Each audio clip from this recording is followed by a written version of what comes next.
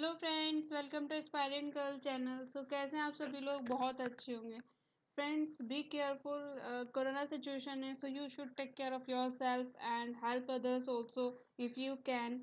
सो friends, आज जो video लाने का जो मेन रीज़न है वो ये है कि many of my friends are confuse कि एक्चुअली बाग का जो अपर डिवीजन क्लर्क का जो रिजल्ट आया है उसका स्टेज 2 एग्ज़ाम होना अभी रह गया है।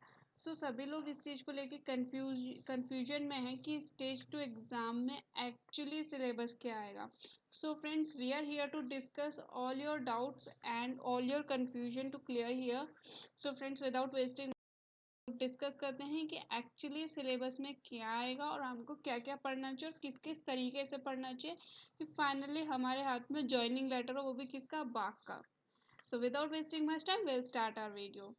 फ्रेंड्स, पहले तो हम देख लेते हैं कि एक्चुअली जो हमारा जो लेवल 1 एग्ज़ाम था उसमें जो हमारा सिलेक्शन हुआ है वो सिर्फ एक क्वालिफाइंग नेचर का था। इसमें सिर्फ शॉर्ट लिस्ट किए गए हैं स्टूडेंट्स को कि कौन कौन से स्टूडेंट्स जो हैं वो हमारे मेंस एग्जामिनेशन में बैठेंगे। Friends, everyone is worrying about कि कितने स्टूडेंट शॉर्टलिस्ट हुए हैं मेन एग्जामिनेशन के लिए और कौन कौन कितनी स्ट्रेंथ है एंड सो ऑन। फ्रेंड्स, इसका कोई रीज़न नहीं बनता है कि we are here to discuss about all these things because we have to grab only one post. तो हमको सिर्फ वहाँ पे एक वन पोस्ट चाहिए। इससे कोई मतलब नहीं है कि कितने स्टूडेंट शॉर्टलिस्ट हुए हैं और कौन कौन बैठेगा मेंस एग्जामिनेशन में। कंपटीशन बहुत टफ है बिकॉज पोस्ट सिर्फ 47 थी। फ्रेंड्स, तो आई थिंक कि instead of wasting your time searching for कि कितने स्टूडेंट्स शॉर्टलिस्ट हुए हैं, कौन कौन मेंस में बैठेगा, सेंटर कहाँ पे होगा एग्जामिनेशन का, all this are bullshit. Because जब एडमिट कार्ड रिलीज होगा तो ऑब्वियसली वहाँ पे मेंशन होगा आपको वेन्यू। बट हाँ, ये जो मेंशन नहीं होगा कि कितने बच्चे शॉर्टलिस्ट हुए। बट हाँ, अगर आप अभी से अच्छे से प्रिपेयर करते हैं तो definitely you are the one जो वहाँ पे बैठा हुआ होगा उस जॉब को लेके। फ्रेंड्स, ये कुछ ज़्यादा ही बकवास हो गया। हम लोग अपने मेन पॉइंट पे आते हैं। तो जो हमारा सिलेक्शन होगा वो सिर्फ सेकंड स्टेज के बेसिस पे होगा। फ्रेंड्स, फर्स्ट स्टेज के बेसिस पे जो होना था वो हो चुका, वो क्वालिफाइंग नेचर का। मेरिट बनेगी, मेरिट के बेसिस पे आप लोग को जो भी है फाइनलाइज किया जाएगा। फ्रेंड्स, दूसरी चीज़ ये है कि काफ़ी लोगों को ये भी कन्फ्यूजन था कि भाई एडमिट कार्ड जो है लेवल 1 में जो हमें स्टेज 1 पे जो एडमिट कार्ड मिला था, या फिर काफ़ी सारे बच्चे ये थे कि भाई आप लोगों को एडमिट कार्ड मिला है, काफ़ियों को एडमिट कार्ड वापस कर दिया गया था और काफ़ियों को नहीं किया गया था। फ्रेंड्स, जैसा कि आपके पास जो जो स्टूडेंट शॉर्टलिस्ट हुए हैं लेवल 2 एग्ज़ाम के लिए, उनके पास सभी के पास मेल आया है और उसके अंदर स्पेसिफिकली मेंशन किया गया है कि जो भी लेवल 2 का एग्जामिनेशन होगा उसके लिए वो सेपरेटली एडमिट कार्ड रिलीज करेंगे। फ्रेंड्स, अगर वो फर्स्ट स्टेज का ही लेते तो जैसे कि तो लेवल 2 वाला सेपरेटली क्यों देते, वो लेवल 1 वाले को ही कंसिडर करते।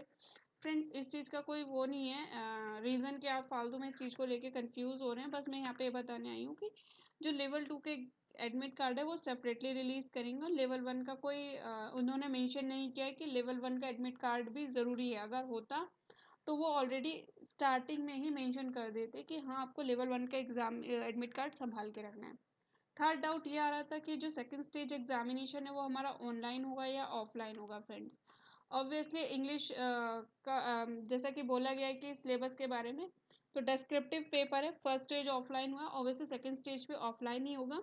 तो यू डोंट वरी अबाउट कि आपको लैपटॉप पे टाइपिंग करनी पड़ेगी या फिर आपको सिस्टम पे टाइपिंग करनी पड़ेगी। You don't worry about that, you have to prepare offline, क्योंकि ऑफलाइन ही एग्ज़ाम कंडक्ट होगा। आई थिंक आपके ये तीनों डाउट क्लियर हो चुके होंगे। हम देखते थे मेन जो हमारा इस वीडियो को हम बनाने का इंटेंशन था वो था सिलेबस।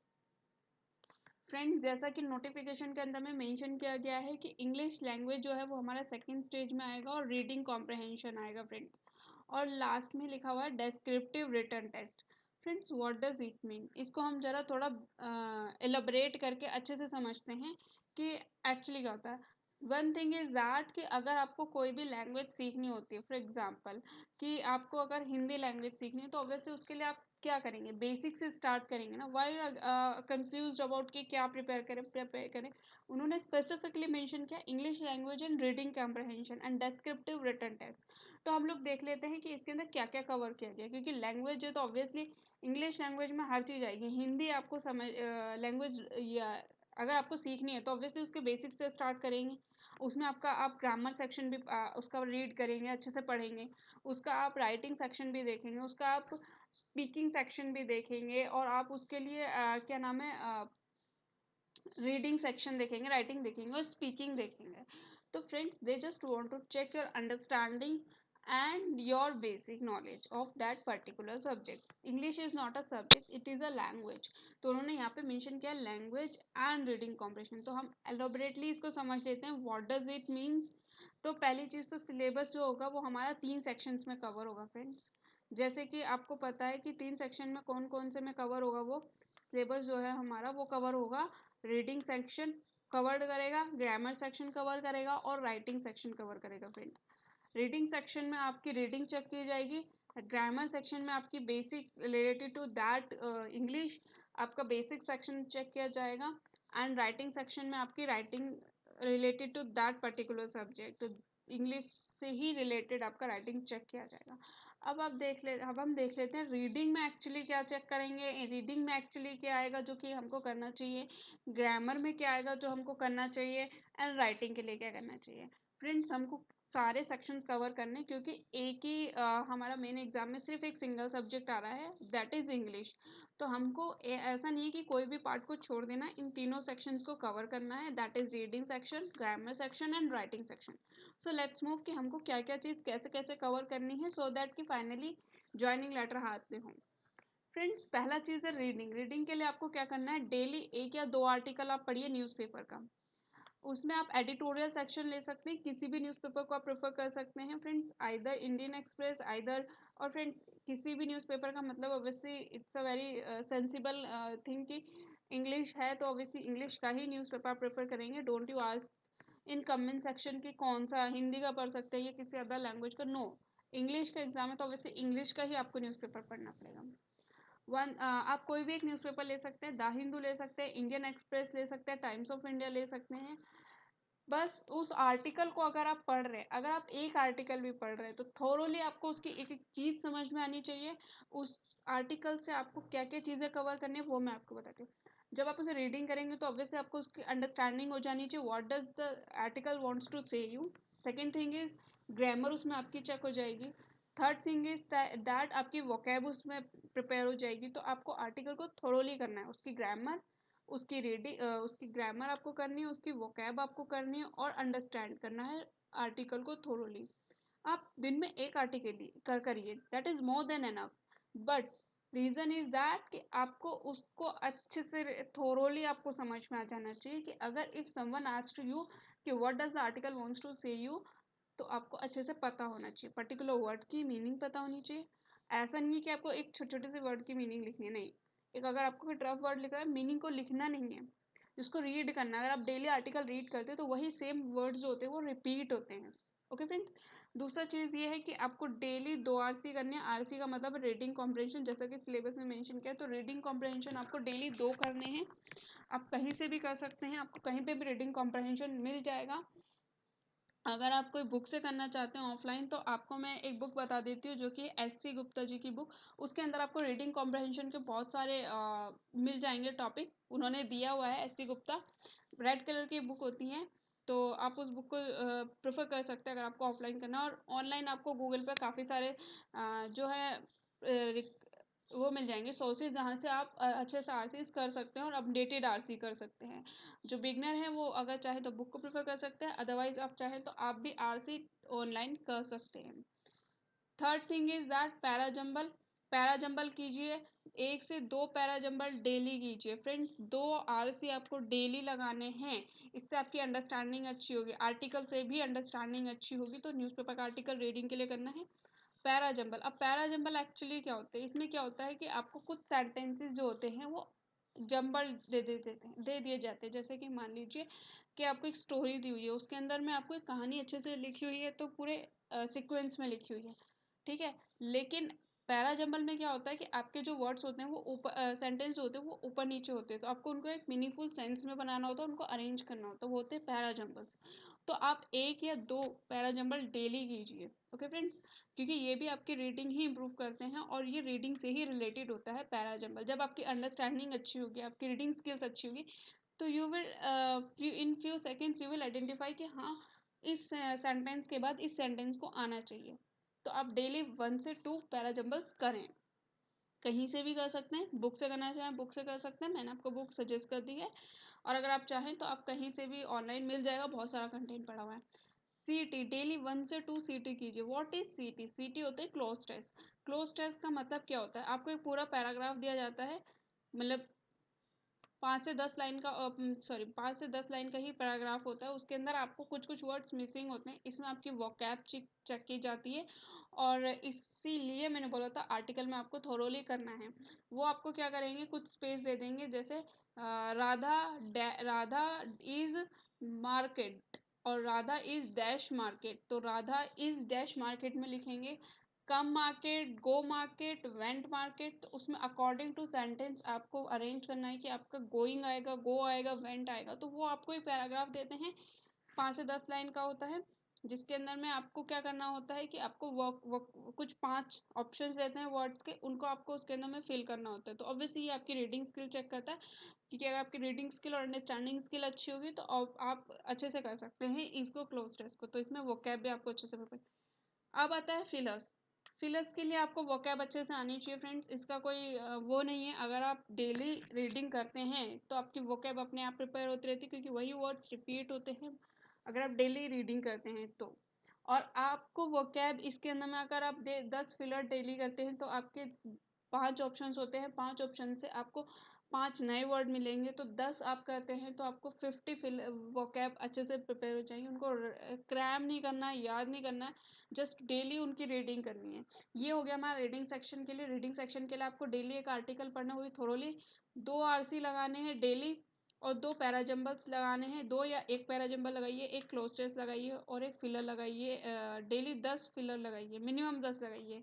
एंड फिर उसके बाद आता है हमारा ग्रामर। ग्रामर सेक्शन के लिए आपको क्या करना है, पार्ट ऑफ स्पीच सारे पढ़ने हैं। पार्ट ऑफ स्पीच में आप सोचेंगे क्या आता है, noun, pronoun, adverb, adjective, interjection, preposition, conjunction, friends all of this covered in part of speech. तो आपको ग्रामर का ये चीज़ अच्छे से आना चाहिए। पार्ट ऑफ स्पीच में आपका वही जो मैंने अभी आपको बताया, नाउन, प्रोनाउन वगैरह ये सब आता है।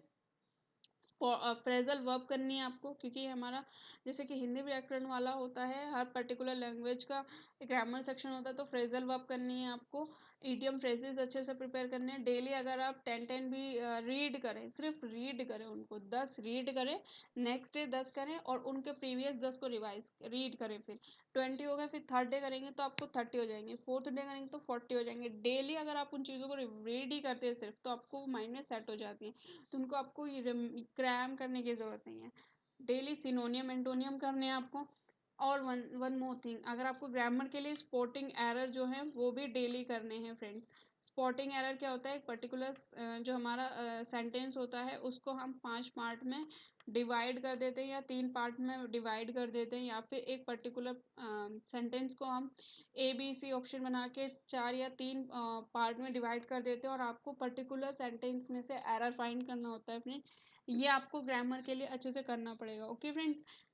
फिर उसके बाद में हम देख लेते हैं राइटिंग सेक्शन के लिए। राइटिंग मैंने एंड में इसलिए लिखा है क्योंकि अगर आपकी रीडिंग अच्छी होगी फ्रेंड्स, यू विल डेफिनेटली, अगर आपकी रीडिंग अच्छी होगी तो आप राइटिंग भी कर सकते हैं, क्योंकि रीडिंग से ही आपकी रीडिंग स्किल्स अच्छी होगी, अंडरस्टैंडिंग स्किल्स अच्छी होगी, तभी आप ऐसे या फिर लेटर या राइटिंग सेक्शन कर सकते हैं।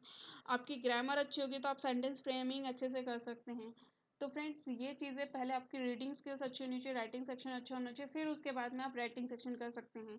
काफ़ी सारे जो मेरे फ्रेंड्स होते हैं वो स्टार्टिंग ही ऐसे लेटर से करते हैं फ्रेंड्स, उनको क्रैम करके लेटर्स को, ऐसे को, आपको क्या लगता है कि जो लेटर्स आप पढ़ रहे हैं, याद कर रहे हैं, क्या वही लेटर्स उठा के दे देंगे?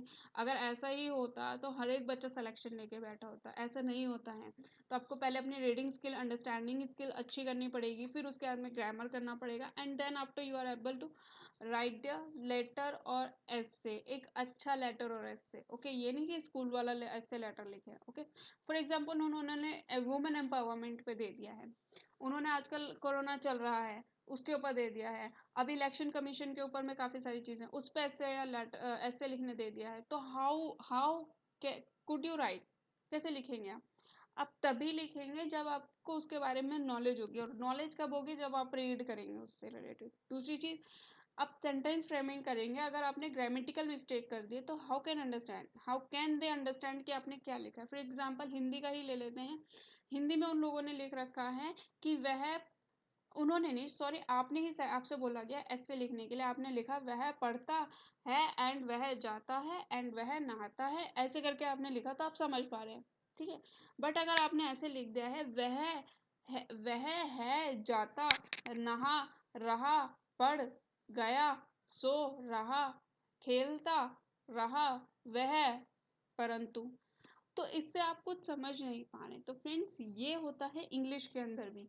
इंग्लिश हिंदी इसलिए हम इजीली समझ, क्योंकि हमारे वो हम बचपन से बोलते आ रहे, तो उसका हम समझ जाते हैं कि ये इसका सिक्वेंस है। बट इंग्लिश को हम स्कूल्स में पढ़ते हैं, वो हम डेली रूटीन में यूज़ नहीं करते हैं, तो इसीलिए ऐसे और लेटर लिखने के लिए आपको इंग्लिश की रीडिंग स्किल्स अच्छी करनी होगी, ग्रामर, फिर you are able to write a good essay और अ लेटर, ठीक है। तो अगर आप कि जब आप टारगेट बनाइए कि 1 मंथ लीजिए, रीडिंग और राइट ग्रामर प्रिपेयर कीजिए, फिर उसके बाद में आप ऐसे लेटर लिखने की कोशिश कीजिए। हाँ, आप एक काम कर सकते हैं, आप उनको रीड कर सकते हैं, आप कहीं से भी कोई पर्टिकुलर ऐसे लिखा है गूगल कीजिए, आपको बहुत सारे टॉपिक से रिलेटेड ऐसे मिलेगा, उनको सिर्फ रीड कीजिए। जस्ट 1 वीक तक उनका रीडिंग कीजिए, एंड आफ्टर दैट, जब आपका 1 वीक तक कुछ ग्रामर सेक्शन प्रिपेयर हो जाएगा, आपकी कुछ रीडिंग इंप्रूव हो जाएगी, then after you start writing, तो आपका इंप्रूव होगा राइटिंग सेक्शन भी, और आप अच्छे से लिख पाएंगे। आपके माइंड में थॉट्स आएंगे, और थॉट्स आएंगे तभी आप लिख पाएंगे उस पर्टिकुलर टॉपिक से रिलेटेड। ओके, फिर आता है पैराग्राफ राइटिंग। पैराग्राफ राइटिंग भी ऐसे ऐसे और लेटर राइटिंग में आता है। फिर आता है प्रिसाइज राइटिंग। तो फ्रेंड्स, पैराग्राफ राइटिंग क्या होता है, आपको किसी पर्टिकुलर टॉपिक को दे दिया जाता है, आपको बोल जाता है इससे रिलेटेड कुछ इस टॉपिक से रिलेटेड आपको पैराग्राफ लिखना है। आपको एक पैराग्राफ दे दिया जाएगा, या कुछ चार पांच दो पैराग्राफ दे दिए जाएंगे, और आपको बोलेगा इसका मेन कंक्लूजन आपको लिखना है, उसे हम प्रिसाइज राइटिंग कहते हैं, कि वो पैसेज एक्चुअली क्या कहना चाहता है, उसको 3-4 लाइन में आप कंप्लीट करके हमें कंक्लूड करके बताइए, वो होता है हमारा प्रिसाइज राइटिंग। तो फ्रेंड्स, हमने देखा कि सिलेबस में हमारा रीडिंग सेक्शन आएगा, राइटिंग सेक्शन आएगा, ग्रामर सेक्शन आएगा। रीडिंग सेक्शन के लिए आप क्या कीजिएगा, 1 से 2 आर्टिकल डेली कीजिए न्यूज़पेपर का थोरोली, 2 RCs कीजिए डेली, 1 से 2 पैराजंबल कीजिए, क्लोज टेस्ट कीजिए, और फिलर्स कीजिए 10 मिनिमम। फिर ग्रामर के लिए पार्ट ऑफ स्पीच वही noun, pronoun, adverb, adjective, conjunction, interjections, preposition, active passive voice, direct indirect, ये सब कंप्लीट कीजिए। ग्रामर का ही पार्ट होता है। फ्रेजल वर्ब कीजिए, इडियम फ्रेजेस कीजिए, एंड सिनोनिम एंटोनियम कीजिए फ्रेंड्स। ओके, फिर उसके अंदर राइटिंग सेक्शन के लिए एसे और लेटर, ये आप प्रिपेयर कीजिए, पैराग्राफ राइटिंग और प्रेसाइज राइटिंग। ये मेन है हमारा सिलेबस। ओके फ्रेंड्स, अगर आपको अभी भी इससे रिलेटेड कोई भी डाउट और क्वेरी हो, you should free to ask me, and you can comment me in comment section, and I will try to resolve your doubts as soon as possible. Thank you, bye bye, and take care, keep studying.